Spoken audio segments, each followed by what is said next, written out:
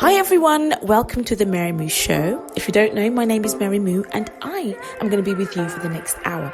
In fact, every Thursday between 7 and 8, I'm here and we're going to have a good time. We're going to have some good chit chat and listen to some great music. Some great music and have a really good time. That sounds like a plan, doesn't it? Okay, so let's start by this.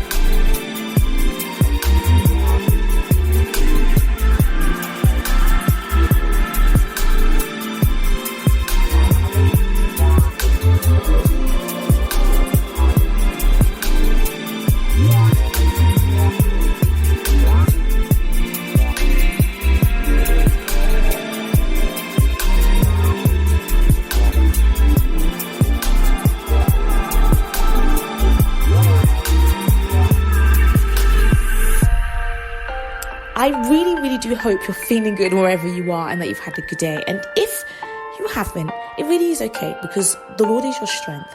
And I know that He's able to turn things around so that you can have a good day the next day.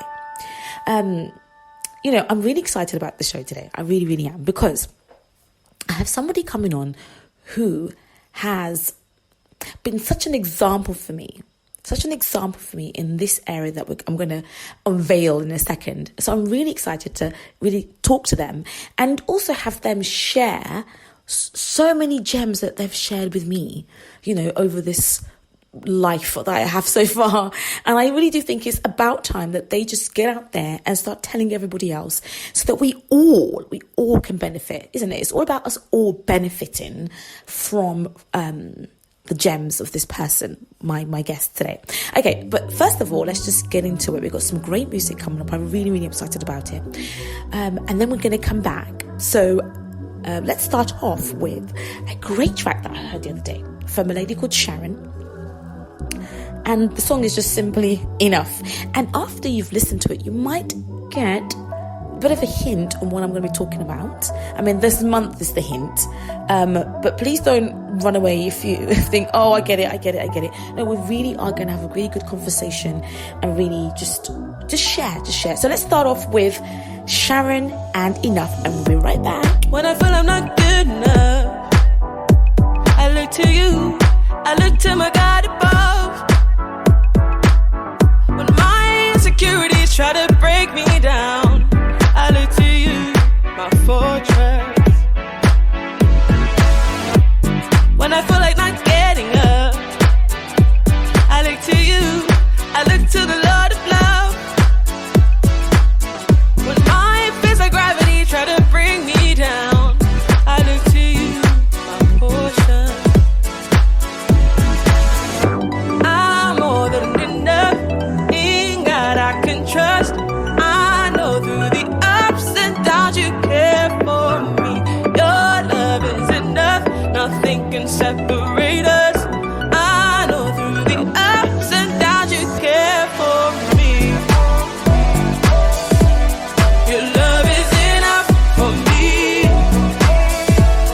Your love is enough. Your love is enough for me. When I feel I'm not moving forward, I look to you, the rock where my hope is found. When all my depravities try to bring me down, I look to you, my Father. I'm more than enough, in God I can trust. I know through the ups and downs you care for me. Your love is enough, nothing can separate us. I know through the ups and downs you care for me. I'm more than enough, in God I can trust. I know through the ups and downs you care for me. Your love is enough, nothing can separate us. I know through the ups and downs you care for me. Your love is enough for me. Your love is enough.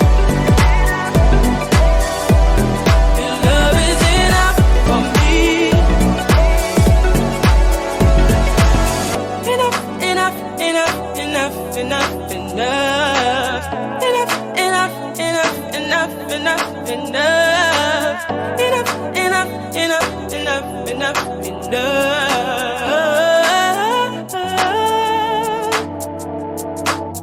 Enough, enough, enough, enough, enough. Enough, enough, enough, enough, enough, enough. Enough, enough, enough, enough, enough.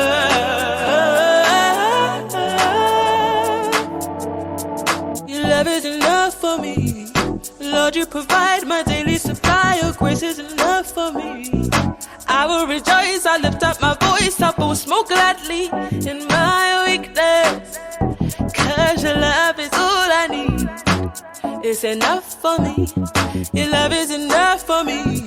Lord, you provide my daily supply. Your grace is enough for me. I will rejoice, I'll lift up my voice, I'll boast more gladly in my weakness. 'Cause your love is all I need. It's enough for me. So that was Sharyn with Enough.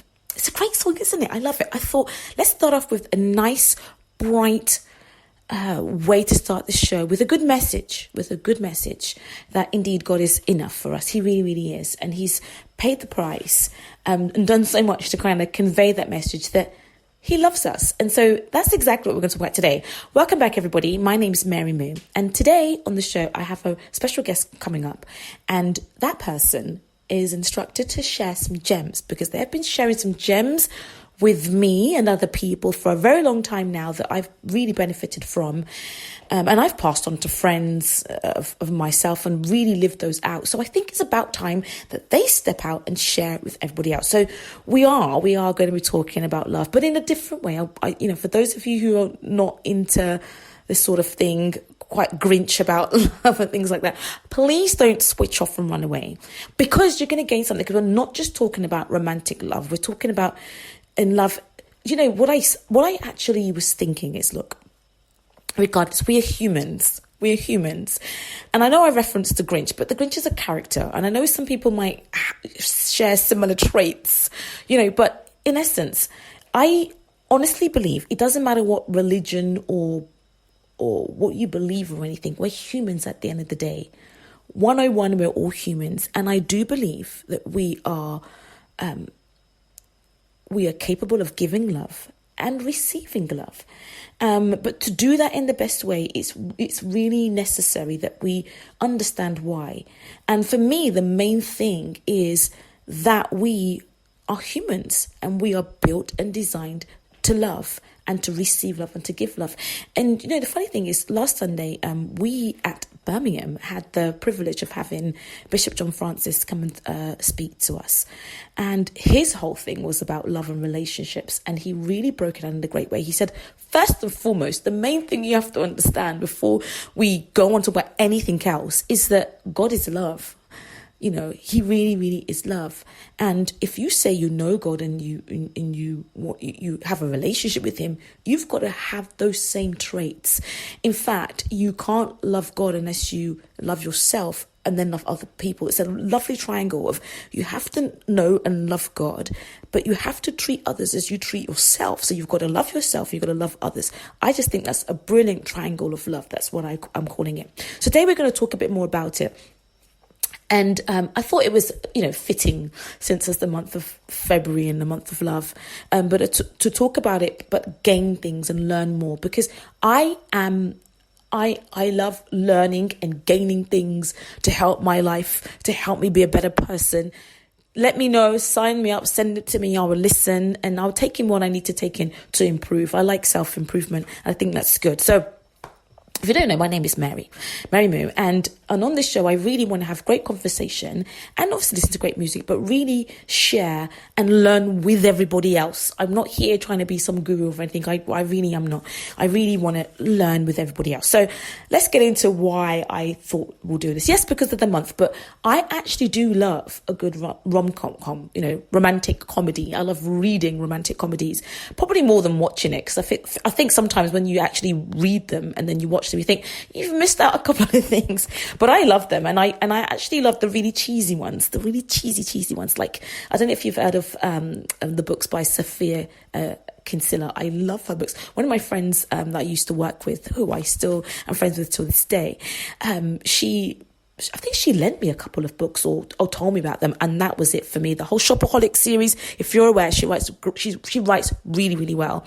And one of my favorite ones was I think it was the Undomestic Goddess. I love that book. I remember laughing on the tube, going to work and being really embarrassed because I was actually laughing in front of people. Things like that. I love reading books, but I also love reading self-help books as well on love. To some degree, not all of them. Some of them are a bit like, huh? But this one was recommended to me, actually. This next book was it's by a lady called Fawn Weaver, and she wrote a book called The Happy Wife's Club. So let me break it down what happened. So she apparently set up a Facebook page where she just wanted to see if is there anybody that's married that's actually happy out here. Like, is it really, really real? Like, is it happening? Or is this just some sort of fallacy? And gradually the club grew to over like 1 million subscribers.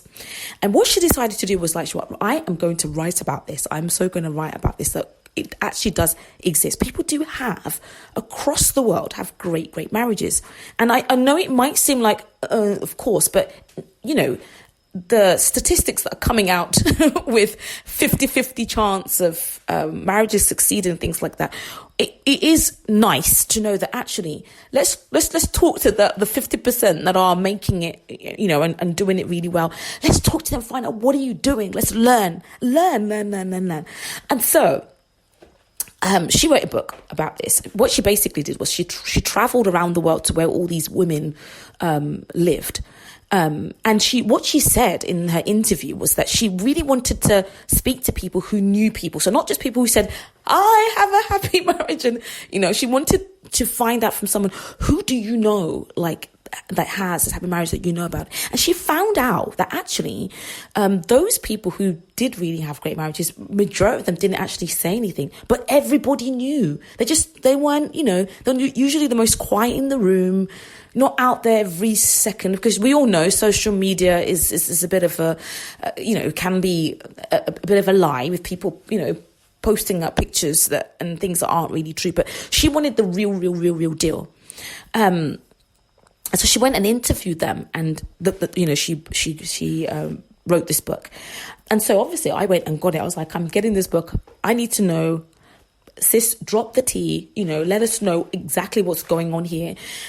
What did you find? What did you find? And I've always written down and kept those core things in her list of things that she found was very similar with all of the marriages and the relationships. It didn't even matter even what religion they were, but there were some core things that were the same, that resonated with everyone. The number one thing I remember was mutual respect. I remember thinking, like, what does she mean? I'm really reading about it. Number one was mutual respect. It's just having a respect for each other, that you just don't cross certain lines. It's a profound respect that I, on a separate note, link that with how women can, what we mean when it comes to being submissive in a relationship, what the Bible tells us about it. It's that willingness, it's that respect. It's not how the world or social media sometimes makes it out to be. It's that I respect this person, and you and both have the same respect back. I found that quite profound. And there's a list of other things that I think, go and get the book if you really want it, or whatever, if you want to listen to it. It was mutual respect. There was great communication, obviously. You had the communication. There was something where they had something that they did, like some sort of ritual, something that they did. And when I say ritual, I'm not talking, I'm just basically what they woke up every morning and had the coffee or something, or every Friday they did this, and every day they did, or every whatever it is, they did that. They stuck to those kind of things. And that was up there in their top 5. Another one was,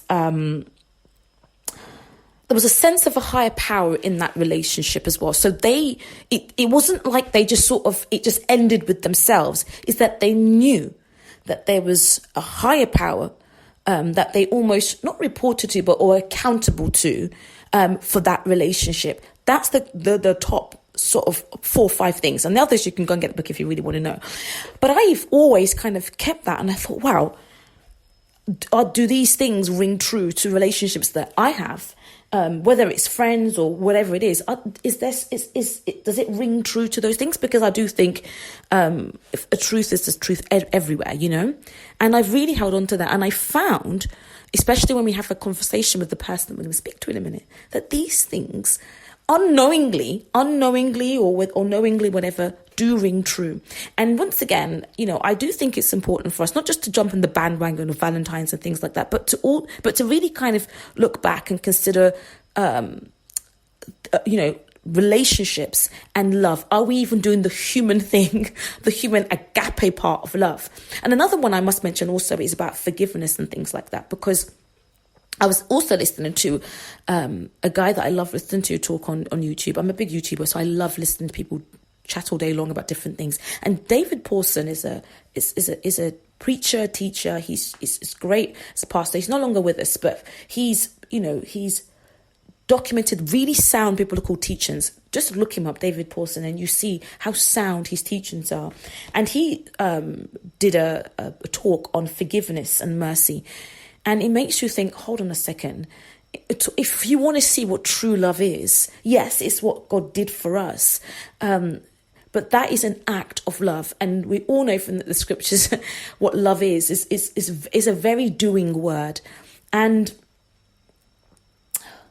it really, sometimes you have to sit back and listen to these things and almost like take stock of your life and kind of reflect and think, how is my love life and my love language to the relationships that I have, my family, my friends?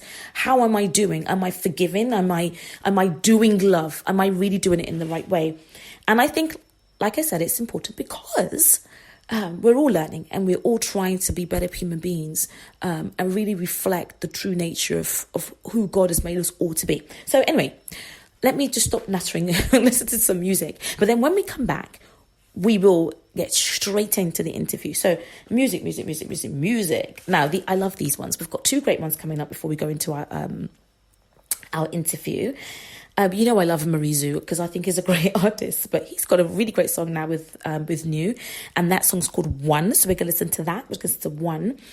And we're also going to listen to I Am Rescued. And he's got a new song that's out now, which we're going to play. It's Sokotoma. And again, everything is based around this idea of love. So let's listen to one, listen to Sokotoma by I Am Rescued, and we'll be right back for the interview.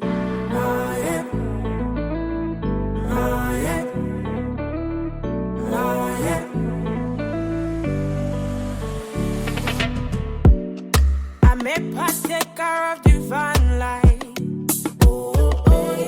I'm a conduit of the God light.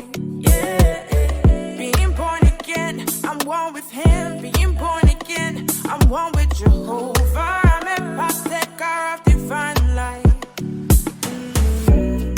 I'm a partaker of divine light. I'm a conduit of the God light.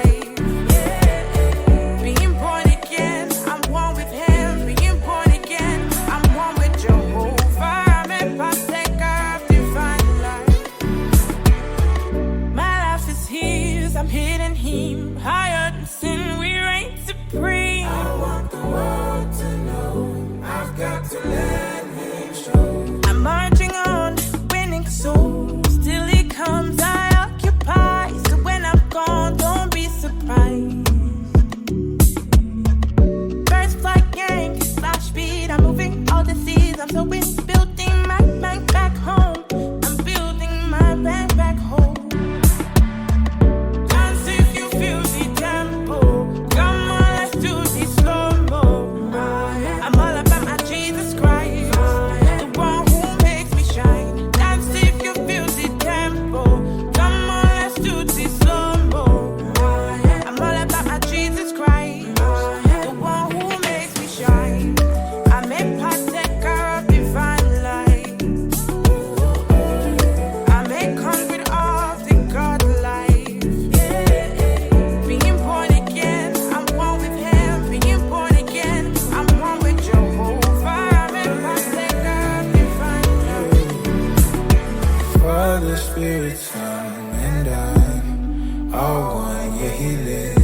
And calls home my heart.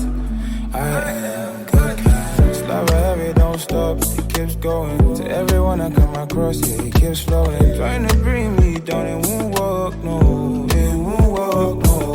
I move with the wings of the spirit, far above challenges and sickness. And that's when I feel the tempo. Join me if you can feel it too. Dance if you feel the tempo. Come on, let's do this slow-mo. I'm all about my Jesus Christ, the one who makes me shine. I deal in divine light. I'm a conduit of the God life. Being born again, I'm one with Him. Being born again, I'm one with Jehovah.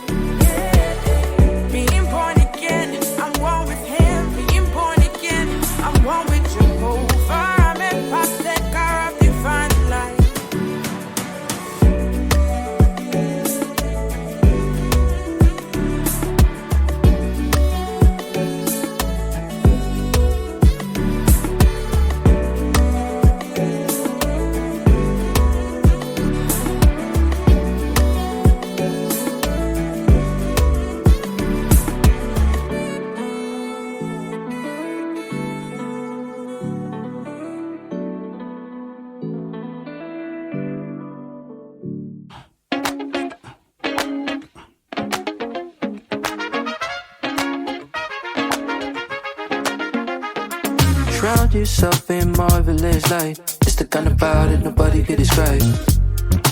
When you come down like lightning, all my enemies so frightened. When I pray protection, they flee in several directions. Thunder and lightning, you come down, and all my enemies, you bend their knees. You can't stand the sight, it's fight. You're the one not to like it. When I pray protection, they flee in several directions. It's a vibe, it's a vibe, it's a vibe. He's alive, he's alive, he's alive. It's a piece of pie, piece of pie, piece of pie. When I pray protection, they flee in several directions. Thunder and lightning, you come down, and all my enemies, you bend their knees. You can't stand the sight, it's right. You're the one not to like it. When I pray protection, they flee in several directions.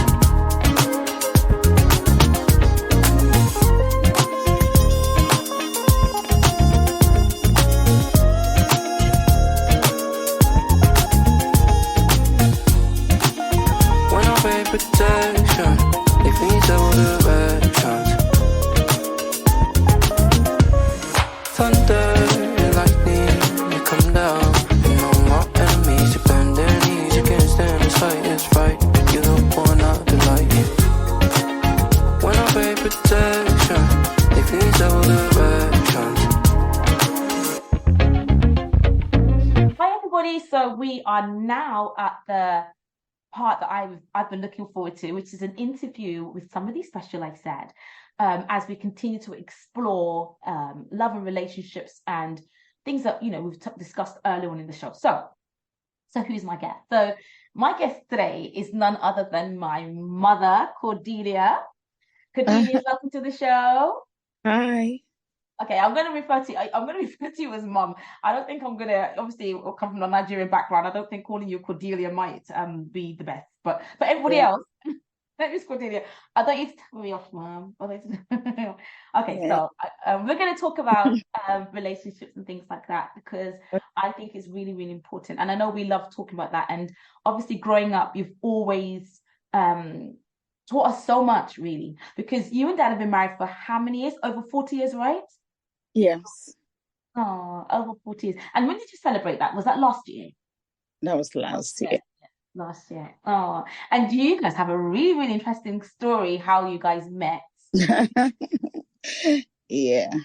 Yeah. Do you want to say, or do you want to just leave that for another episode? Because I think that's a really, really fun story that could be written about. What do you think? Will you... Don't worry, guys. I would say another episode. I would spill the beans. It's a really, really cool story. But we will get into talking about the things that people are actually here to listen to. And just to obviously preface this with, Mum, you said that your voice, you lost it from praying too hard or singing too hard. Yeah, that was a Sunday. Yeah.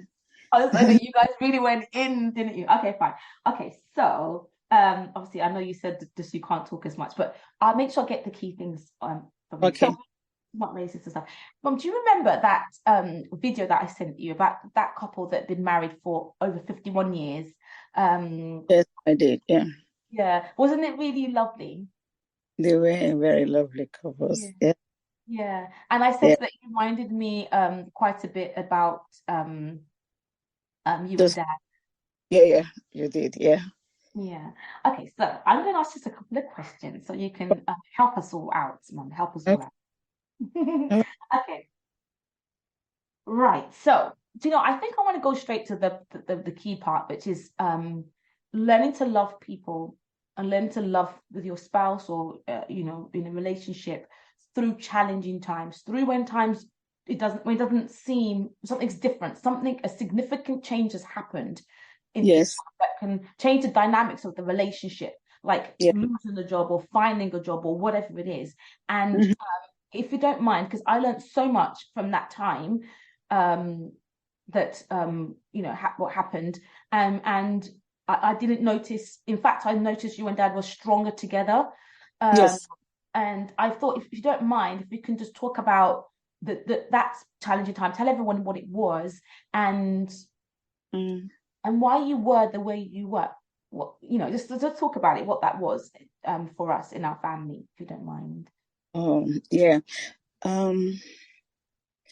Okay, we came as an expatriate in 1986 because he was posted here to work. He was working with the airline at that time.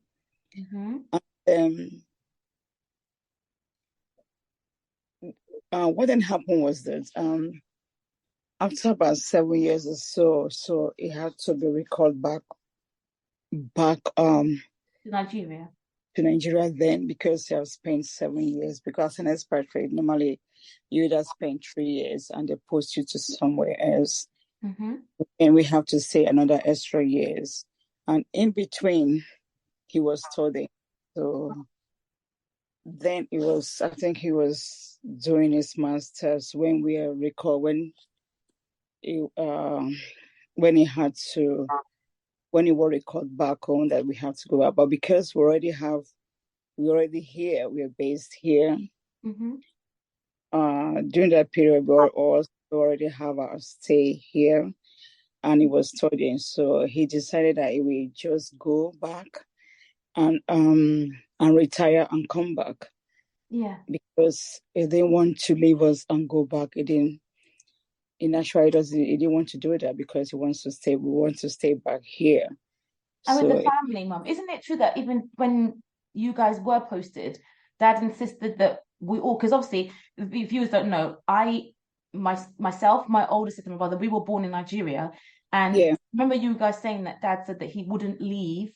No, he said us in Nigeria, that he wanted the whole family to be together. Yeah, he doesn't like, I think he's a family person. He doesn't like living. Even while we were here, he has to go for courses in the States, in America and all that. Then he come it up. By the time he will be apologizing for leaving us. So at the end of the day, it's a family person want to go without us. So that's why we all came together, 86. And he just decided to go back and just retire or resign and come back. Yeah. So when he came back, luckily at that time I was already working with Met Police. That was 1994 with Met Police then. Yeah. So what then happened was that because I already have a job, so when he came back, he has to start looking for another job. Because remember he was studying at that time. So it was a year for us because for a year he was looking for a specific job related to what he was doing. Because remember he was the operation manager here. Yeah. He was the operation manager with the Nigeria Airline. Yeah. So we were looking for a job. We couldn't find any at that time. It was almost a year, but then I had to be strong. The reason was that if he hadn't come down here, we won't be here. Yeah. So I then made up my mind I would do everything possible not to upset him, because at that time he was the breadwinner. Then I wasn't. It was the breadwinner because I had to look after you people to. The ratio was 4 years before I decided to. But in between, I was studying. I was studying in Westminster in Victoria, and in between, still working at that time. So I had to make up my mind not to upset him in any way, because I don't want him to feel that, it's not working or it's not earning what it was earning before. So I made up my mind to make sure I wouldn't let him feel anything about him working. So that was what God enabled me to do. So make sure I still do all I can to care for him, to care for the family. And luckily then, sometimes I was running a unit at that time in Met Police catering then, sometimes 8 to 8. So I was able to make I was earning quite a lot at that time. So if I do a little bit of overtime, I will earn a lot of money just to keep the family. Yeah. So I was able to do that. And that was the time I showed him more love so that it was stayed. And at that time, it was a great time, as even when eventually one got a job when he was working, because we allowed anybody, people don't know that we're not, we're a bit financially behind, because at the time we see, in one word or other, God really kept us, and God preserved our marriage.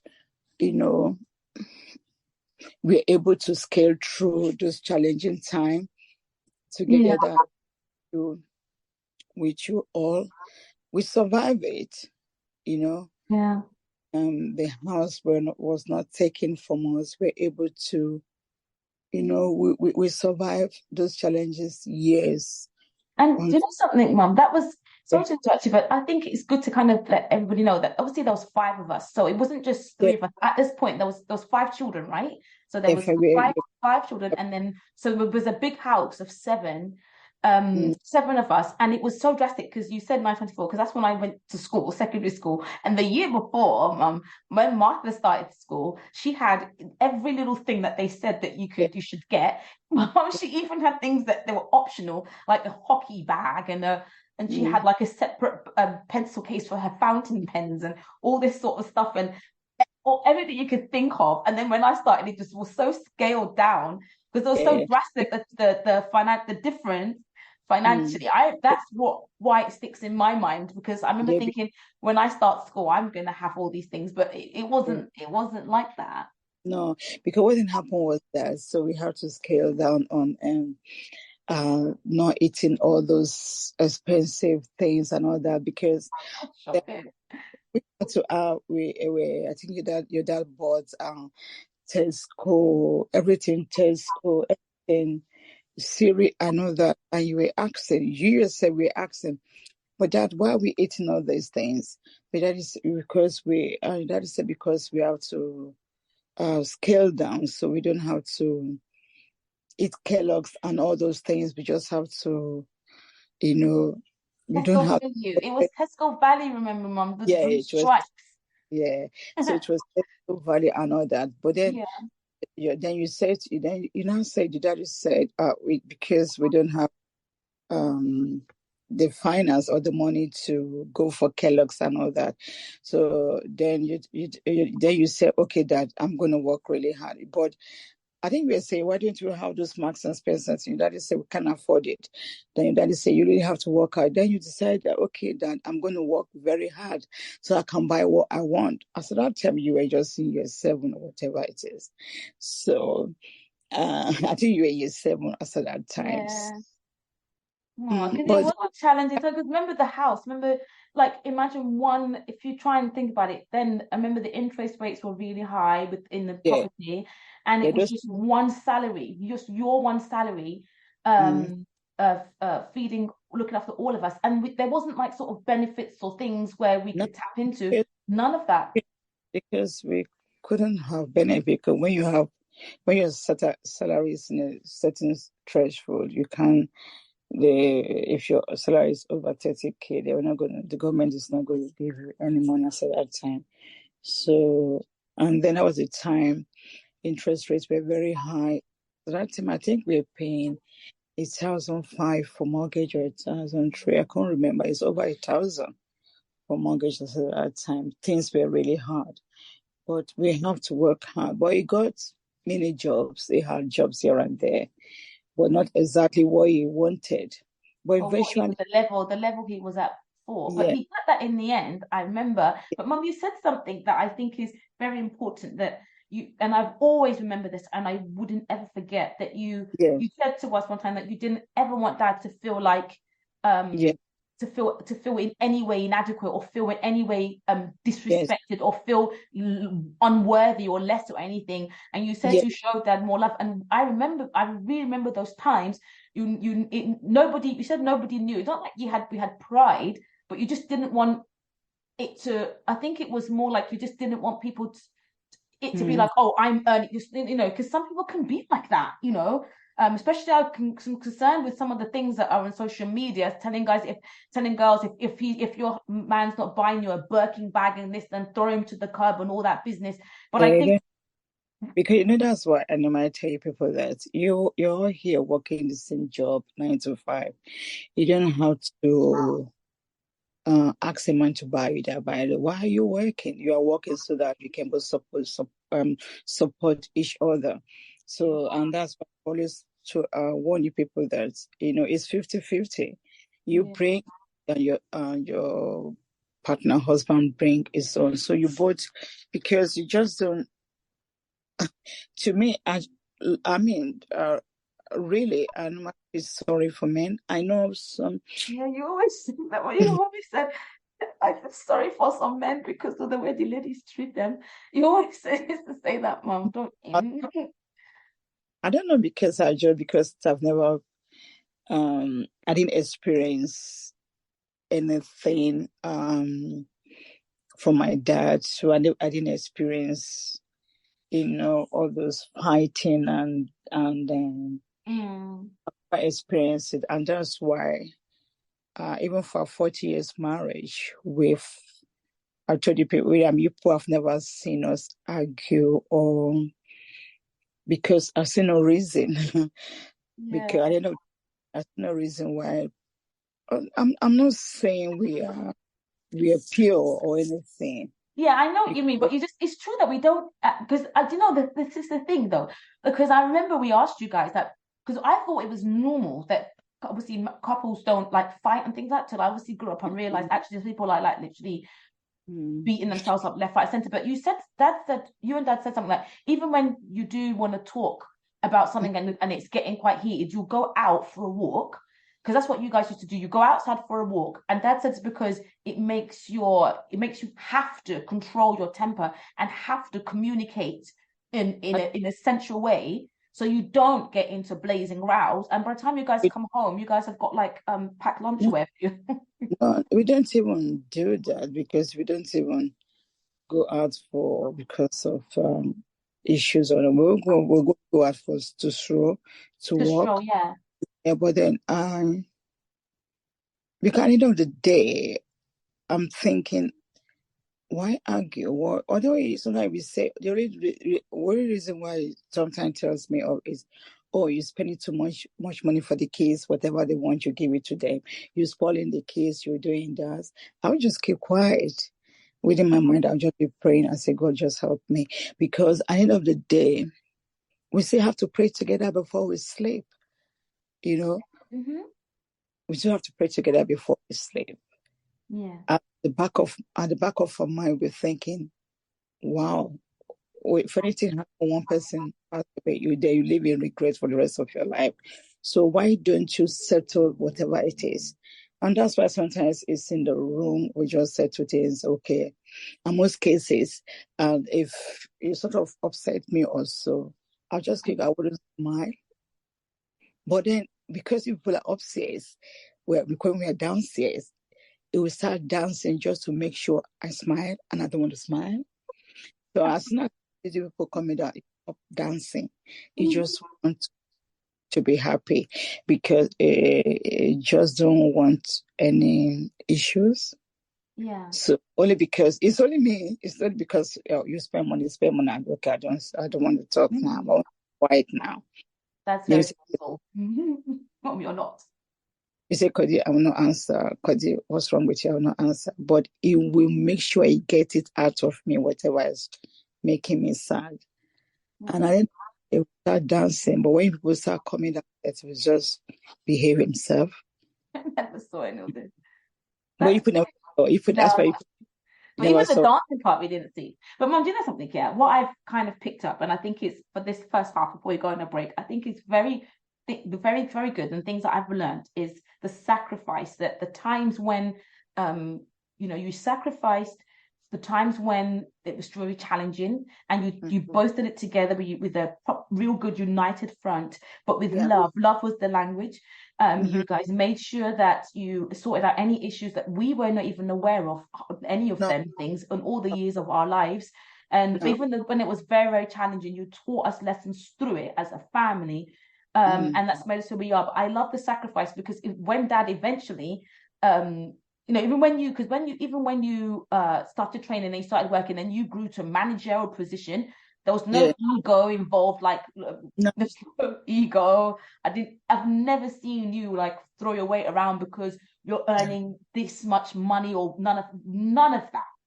I didn't see any of that. So there's no ego. And when Dad eventually got a job and just obviously just went back to where he was before, there was no I'm done now, out you go type thing. It was a together thing where you could relax a bit more.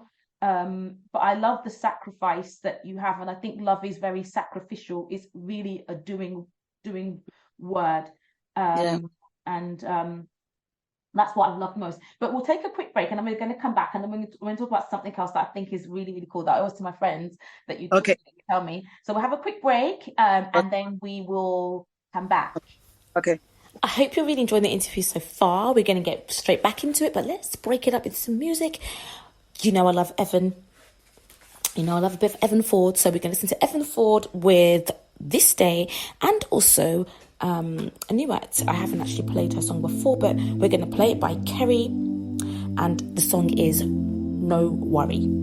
See you right back. This is the day when I ask you to be mine, no other way I could ever see my life. Can't live without you. Girl, you are what I desire. Can't live without you. Can't live without you. So take my hand.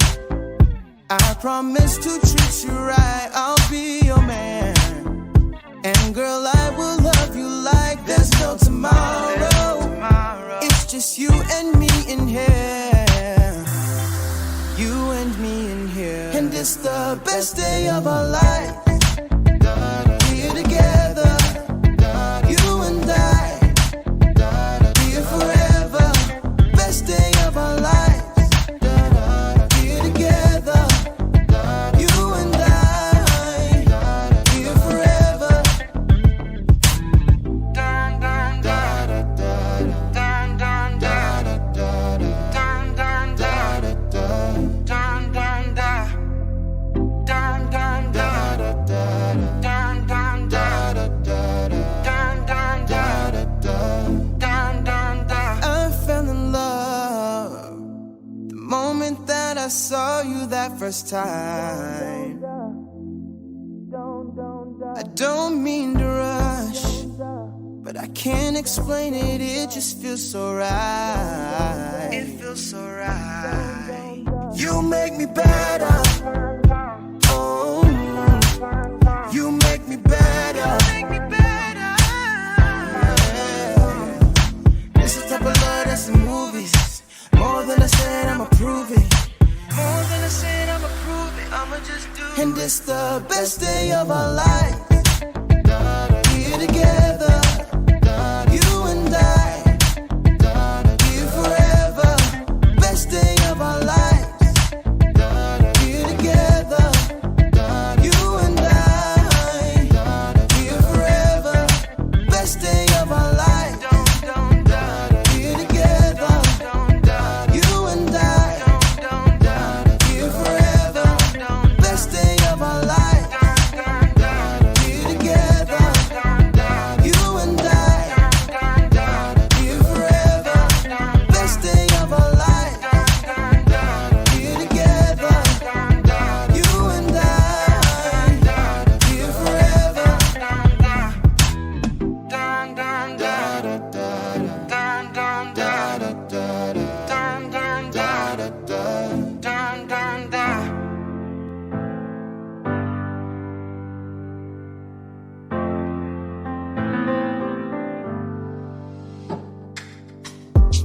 From the place where the sun rises to the place where the sun sets, I'm gonna praise your name, 'cause there's no one like you, God. And if I lose focus, Lord, take me back unto you, way, Lord. 'Cause you're my GPS, the way, the truth, and life. And all these circumstances all around me. And all these lies that the enemy have told me. I know they won't distract me. 'Cause oh, Papa, my God, I don't need to worry. The Lord is my shepherd, He guides me through this journey. He alone helps me and He alone protects me. Wiped all my tears down, save me from the sinking. Lord, take my hand, I trust you. And all these circumstances all around me. And all these lies that the enemy have told me. I know they won't distract me. 'Cause oh, Papa, my God, I don't need to worry. And all these circumstances all around me. And all these lies that the enemy have told me. I know they won't distract me. 'Cause oh, Papa, my God, I don't need to worry.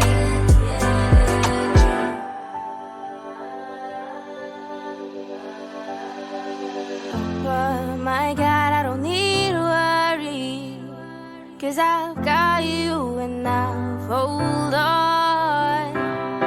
Jehovah, my King, I don't need to worry. 'Cause I've got you and I've hold on. And all these circumstances all around me. And all these lies that the enemy have told me. I know they won't distract me. Oh, Papa, my God, I don't need to worry. And all these circumstances all around me. And all these lies that the enemy have told me. I know they won't distract me. Oh, Papa, my God, I don't need to worry.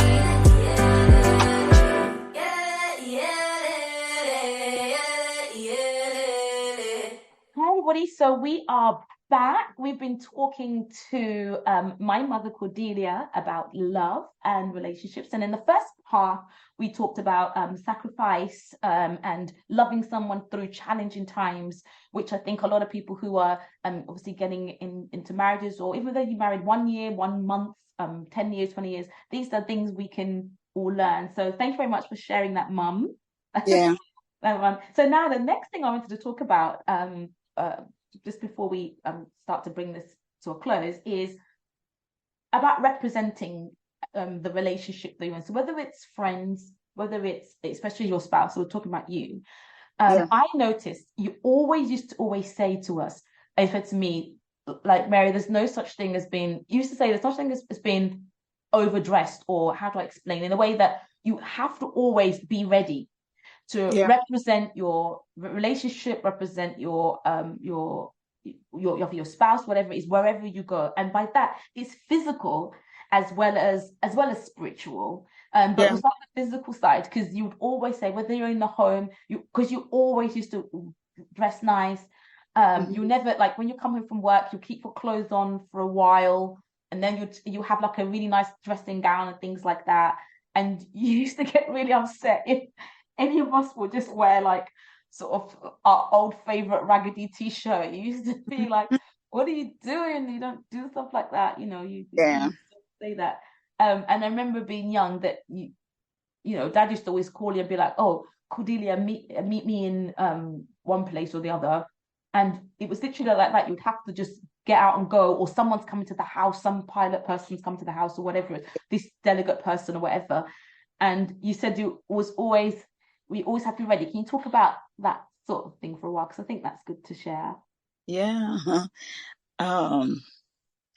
Yes, because I work in the city. I've always worked I worked in Regent Street. I work in Marbleage, and I also was transferred to Portraying. So because my understanding is that you should always look your best. Yeah. Because I don't understand why people would just put on a long army t-shirt and just. That's why I always tell you people to, because I normally say to people, because when you get married, you can't just go and wear anything in the house. You always, because you have to look your best. Because the reason why is that sometimes it will just call me, oh, could they meet me somewhere else? Oh, could the pilot is coming? Oh, could they, so I'm always ready because he said that he will pick me up or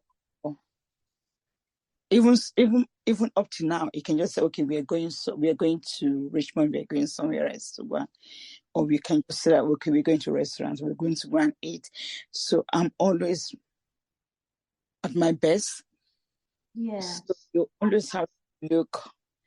I know people say I don't look my age because you have to comfort yourself and look after yourself. It's not because you've married for 40 years and all that. And then you look, okay, I'm old now. I've always looked my best, and people will be thinking, okay, are you not going to work? Yes, I'm going to work, but I work in the city, and sometimes I can pop into Oxford Street. I can pop into the shop. I don't want to look as if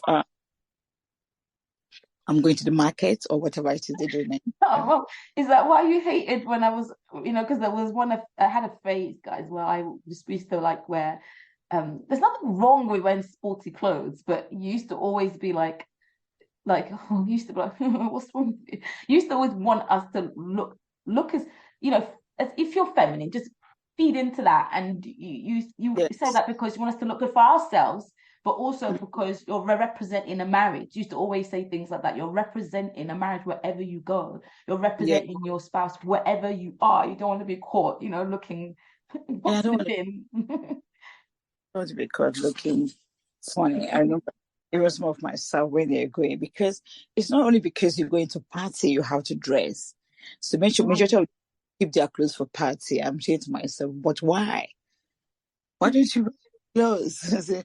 You just say, oh, they will dress anyhow and come to work. I said, what if somebody meet you on the street? Somebody just came from somewhere and say, well, how are you? And you just look at the job. Then you say, oh, what did I put on today?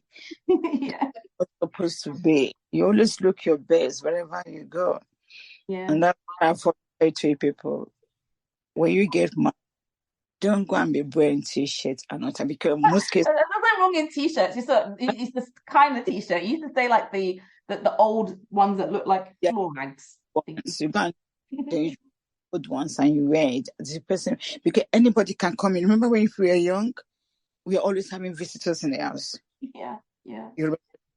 So anybody, the house is always open to anybody that anybody can come in. So we are always having visitors. Yeah, actually, Mom, it's not just the visitors coming, but you used to always invite people. Because I would say this one thing about you, Mum, is that about love is that you actually talking about love. It's not just how the love you showed for us with teaching us things, because I think part of teaching and is love, but you do it for people outside. Because I remember, guys, half the time these visitors were people sometimes off the streets. It wasn't just Black people we knew. Like sometimes, because when it was our birthdays, do you remember our birthdays, you would literally bake cakes and invite people off the streets, and there's always somebody called, oh, Barry coming in, come on Barry, oh, Cordelia, I'm coming in for a cup of tea. And there's always those kind of people, so it weren't just like the pilots and stuff. My mom used to bake for the people on the streets. Yeah, because I like those tea parties. In those days you can tea do parties, just yes, used to call it tea parties, and just open the door and be like, come inside everybody. Literally, she did that, Mom. You did? Yeah, because I love all the young people in the streets. Yeah. Love all the young kids. I'm so passionate about children and everybody else. Oh. So I just love, all your age group. When they come in, they're always coming in. So I'm always baking biscuits and doing things because I just love them. Yes, even a life of mine, it doesn't matter. But everybody in the street knows me. Right down, they know everyone. You know everyone. So I say, and then you have to. If I have a mansion, I'll just invite everybody every weekend to. You would. My mom, you would do that, and there'll be children everywhere. You just be. I know you would. Yeah, everybody, let them come. That's what I'll just in. let them come in. Everybody from the street. That's what we do. That's how you will be able to evangelize to people and tell the love of Christ, because Christ is love. He cares for everybody. Yeah, that's We one have, thing you said. God is love. yeah, He is love. and that's where we need to care. We need to love. It's very important, because when you love the loveless, Yeah. we need to love the unlovable and care for them so that they can see that indeed Christ is real. And that's why we show love. Not only because God is love. So that's how our life is. The life is so sweet. People will ask, I said to myself, I've never fought. I don't know how to scream. I don't know how to. No, you don't. You only scream if you tell us like, oh, cleaning. Oh, mum, you weren't cleaning. You have to make us clean all the time. So that's one thing, that you only tell us off for. But you, at Dad, you don't scream. That you respect. There's respect there. You guys don't scream at each other. So I like that. But Mum, I wanted to say something though, Mum. Yeah, if you don't mind. I want to say that you just said something about loving the loveless and loving people who don't expect it, because there was a meme that, well, it was a meme, but it was not a meme actually. It was a recording. Somebody recorded something on Instagram, and they said how it's a bit difficult now, because when you come from a family where they really do their best to love each other, and they do their best to love people outside, you can, the children or the product of that can go outside thinking everybody's like that, and you realize it isn't. And I found in my sometimes challenges in relationships, when you are kind and when you are the way you've been brought up, you're hit with people who haven't come from that background. So you can do something which is normal, but for them that's extreme kindness, or it can be overwhelming, or it can be too much.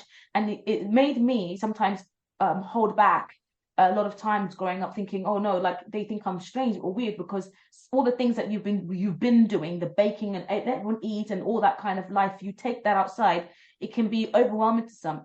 But one thing I'll say though, Mum, is the Bishop Francis came to Birmingham branch last Sunday, and he said you have to be aware of the different cultures you're in, and you do have to love people, love the devil out of people. You do have to understand where they've come from, but you still have to show love, because God is love. And if you have a relationship with God, you claim you claim you know him, you hear him, you claim this is what I identify as, this is who I serve, this is my God. You have to let love win, even though somebody comes with the hard exterior. It even says it in Proverbs that a quiet, soft word turns away wrath, doesn't it? It talks about how, and Dad used to always say that to me. You have to always still love people regardless of. Because you have to love. I don't understand. I probably is the way but because I don't know, this is how I was brought up, and that's how I tend to bring people up. Care for people. Like I know my mom, when my mom can decide when she's a philanthropist, she gives. Yes, she does. She does. To give a whole, she might decide one day. She has when she had a restaurant, I think a lot of people eat for free rather than pay. I know you used to always say that. She used to, at the restaurant, that's not really a good business model. Just no. I wanted to buy all the choir ropes or the no. It was because that's how we're brought up. So I don't. I also brought you people up that way. Yeah. Because I know people might think, oh, this person is different, because that's how, I don't know, but that's how it's supposed to be. Yeah.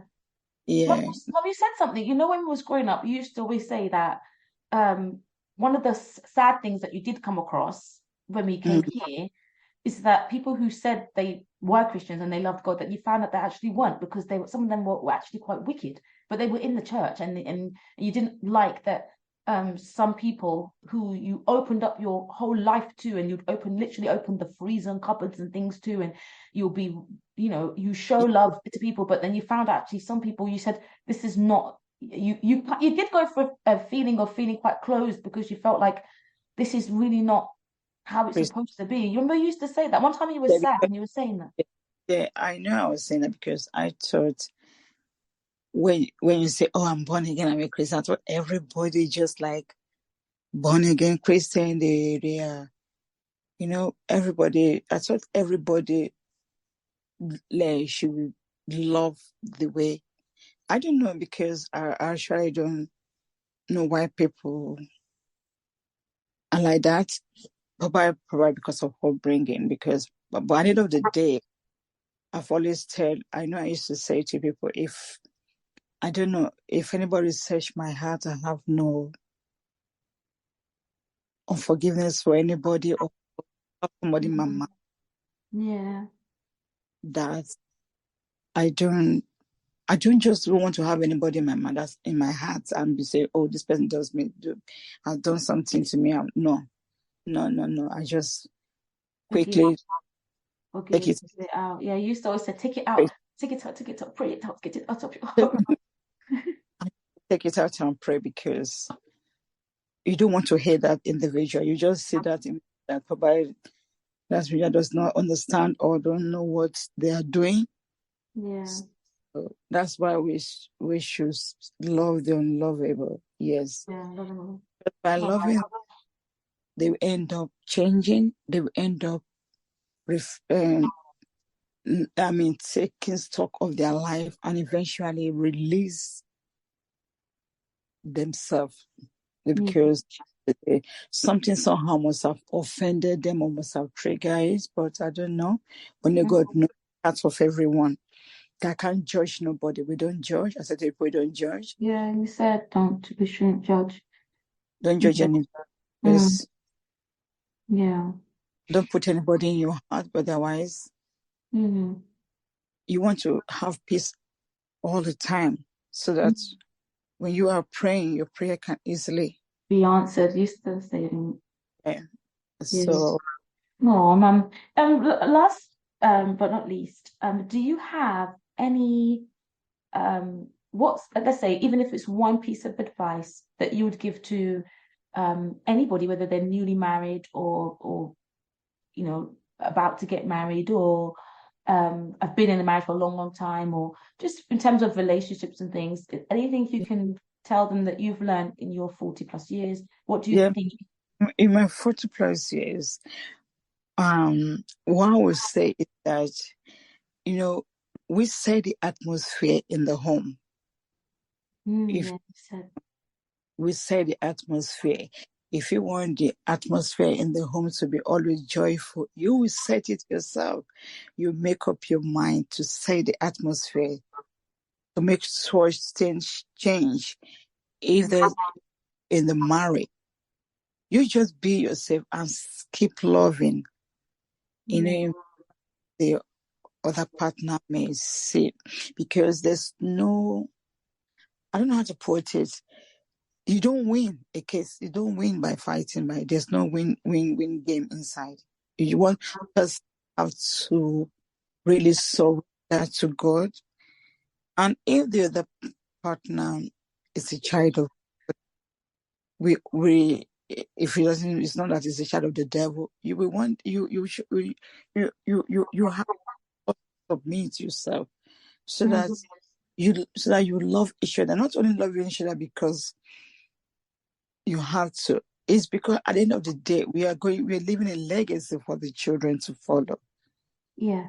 Because you're leaving a legacy. I remember when Ruth got married, or when you people were leaving the home, you said, Mom and Dad, you set a high standard. How are we going? And I said,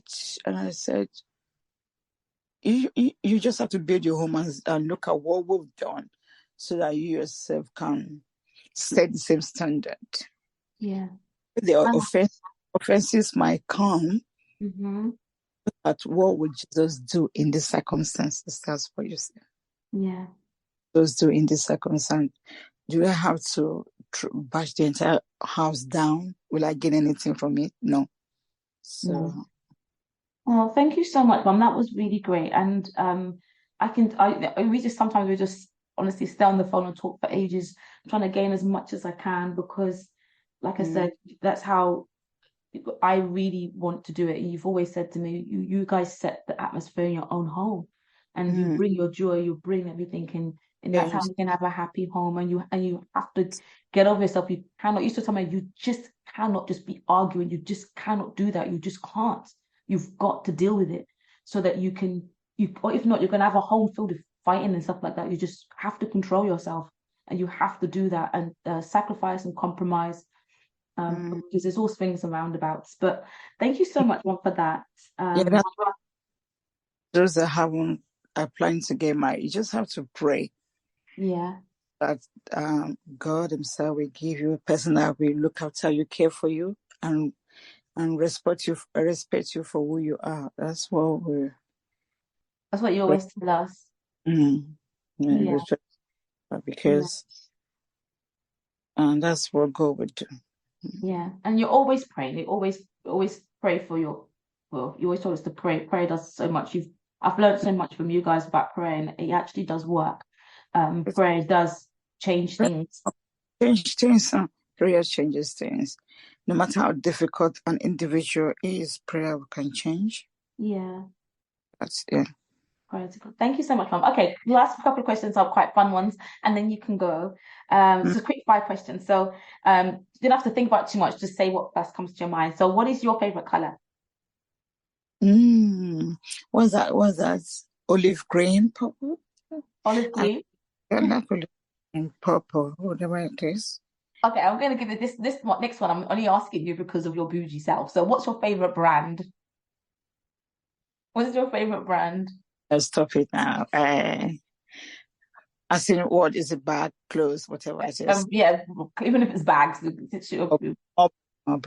Mulberry. Yeah, my mom loves Mulberry. Okay, and would you prefer dinner out in a restaurant or dinner in?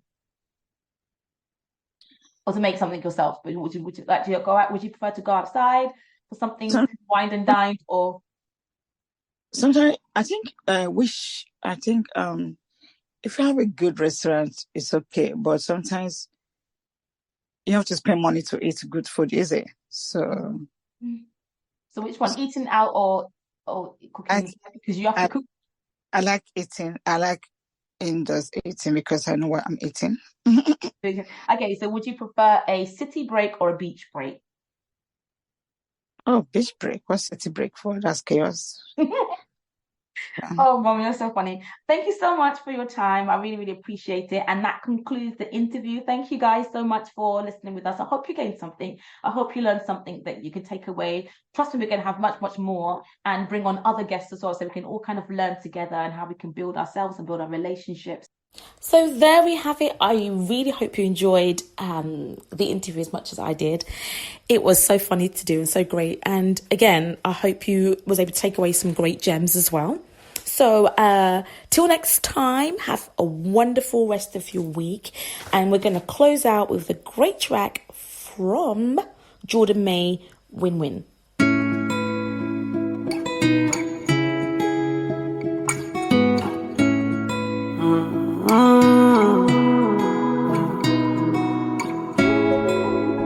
Yeah, so strange. You gotta listen. Can I testify? Can I get a witness? You don't even wanna know where I've been. If I lose the world and gain Christ, that's a win-win. Yeah, that's a win-win. Can I testify? Can I get a witness? You don't even wanna know where I've been. If I lose the world and gain Christ, that's a win-win. No, I ain't got a shawty, but I got the spirit on me. Yeah. Even if I'm only 1D, I know they after me. If they talking on my name, then let them laugh at me. No, I ain't got no time to dwell on that, I had to flee. I gotta separate like Moses did up at the sea. That's how it has to be. No, I ain't stressing. Gotta keep it humble, ain't no flexing. Talking to the Father, ain't no manifesting. Sending prayers, oh, that's how I'm investing. Yeah, I know that the storms may come, and they may go. That rivers of living water run through my bones. Yeah. It's been a long,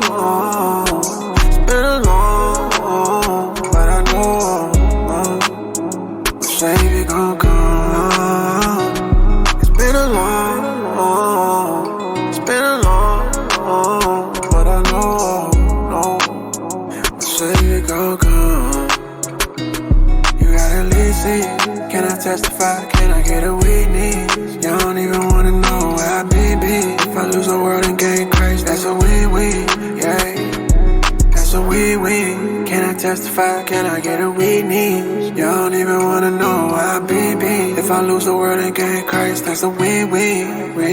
No, I ain't got a shawty, but I got the Spirit on me, hey. Even if I'm only 1D. Even if I'm only 1D, ay, no, I ain't got a shawty, but I got the Spirit on me, ay. Even if I'm only 1D, even if I'm only 1D, ay.